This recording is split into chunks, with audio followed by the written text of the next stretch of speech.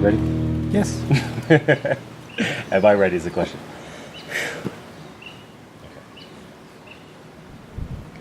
Greetings, Liberation Tribe. Today I'm here with a very special guest here in the Sacred Valley of Peru, here in Pisac. And I'm here with, forgive me, Javier Regueiro. Yes. All right, beautiful.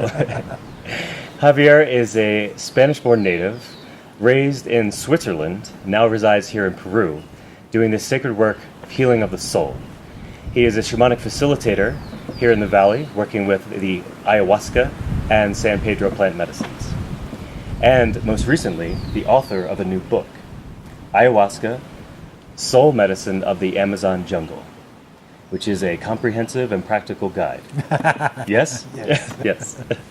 So we're here today to learn a little bit more about what this message that Javier has come to deliver to us is all about, and to get some practical wisdom on our own healing journeys and how this traditional medicine can be applied to contemporary usage.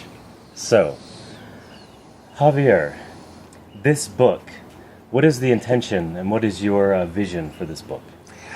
I wrote this book because I, soon after starting to do this work here in Pisac, and I work primarily with foreigners, I realized that, at least in my opinion, there were some misunderstandings about what this process is about,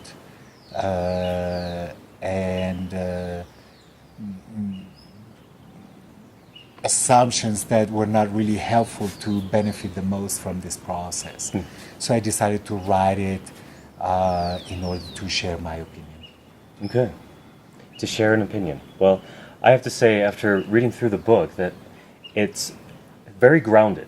You know, there are a lot of ways that we can take on these subjects of spirituality and of healing, and specifically when you get into altered states of consciousness. And what I found the book to be is a very grounded explanation and articulation of the ayahuasca healing process, how it's been used in the past, but mostly a guide, how to prepare yourself to do the work that needs to be done, and how to integrate that into the world. So the parts of the books, and there'll be information in the bottom of the video.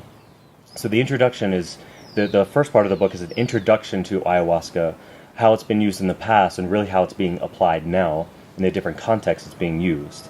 And the second part is this beautiful explanation of really how to prepare for the ceremony, the little idiosyncrasies that go into specifically intention, right? So intention, working within the altered state, different levels of surrendering and letting go. And then you also get into one of my favorite parts is around the shadow, integrating shadow, looking at how the ego and the different aspects of the ego that need to be deconstructed to really see how your own concept of yourself. And then in part 3, there's some other various subjects around shamanism, dark magic that can be used. And also there's a section, my favorite is a section about ayahuasca and the feminine. So let's get right into a few of these subjects here. You talk about in the beginning of the book that the use of ayahuasca is both a science and an art that varies from region to region, much like the faith traditions. Can you expand on that? Well, I believe that everything is both a science and an art. Even Western medicine is an example of that.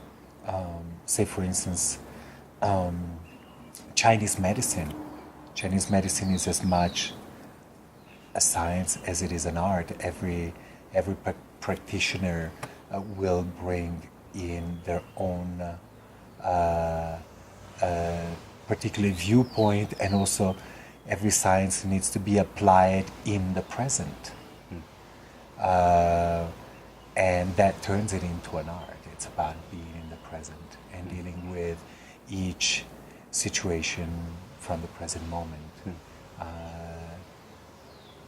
It would be limiting to mistake the map for the road. So even the recommendations that I offer in my book, they're just recommendations. people need to make their own choices and simply take responsibility for the consequences of their choices. So there is ayahuasca is an ancestral medicine. There is a body of tradition,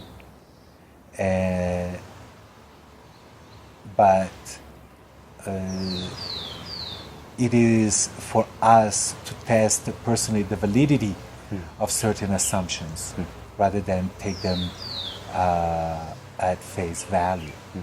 Of course, a lot of these recommendations come from a long time of testing, so they're quite valuable. And so would you say that those participants who come here from all over the world to do healing work, they're coming into your temple to test their belief systems? I would say that it's people who want to engage, who are interested in engaging in this process, should not be too attached to their present belief systems. A certain flexibility is in order. I mean, this process is all about letting go. So if one is really attached to their own beliefs as they are,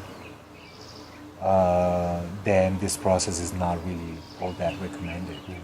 It's not that this is not about buying into another set of beliefs, buying into another dogma.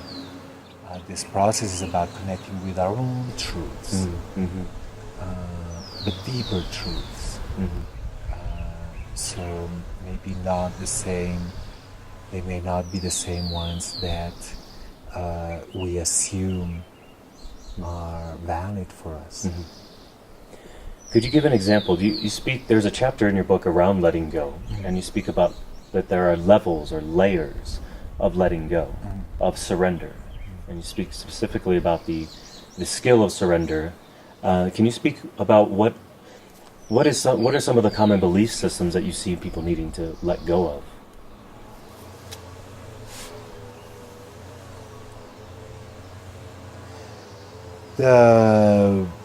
When it comes to us, modern people, in particular Western people,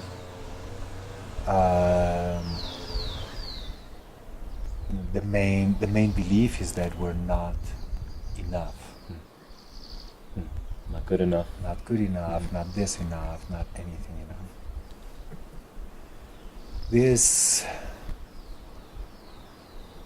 This belief, in my opinion, is a result of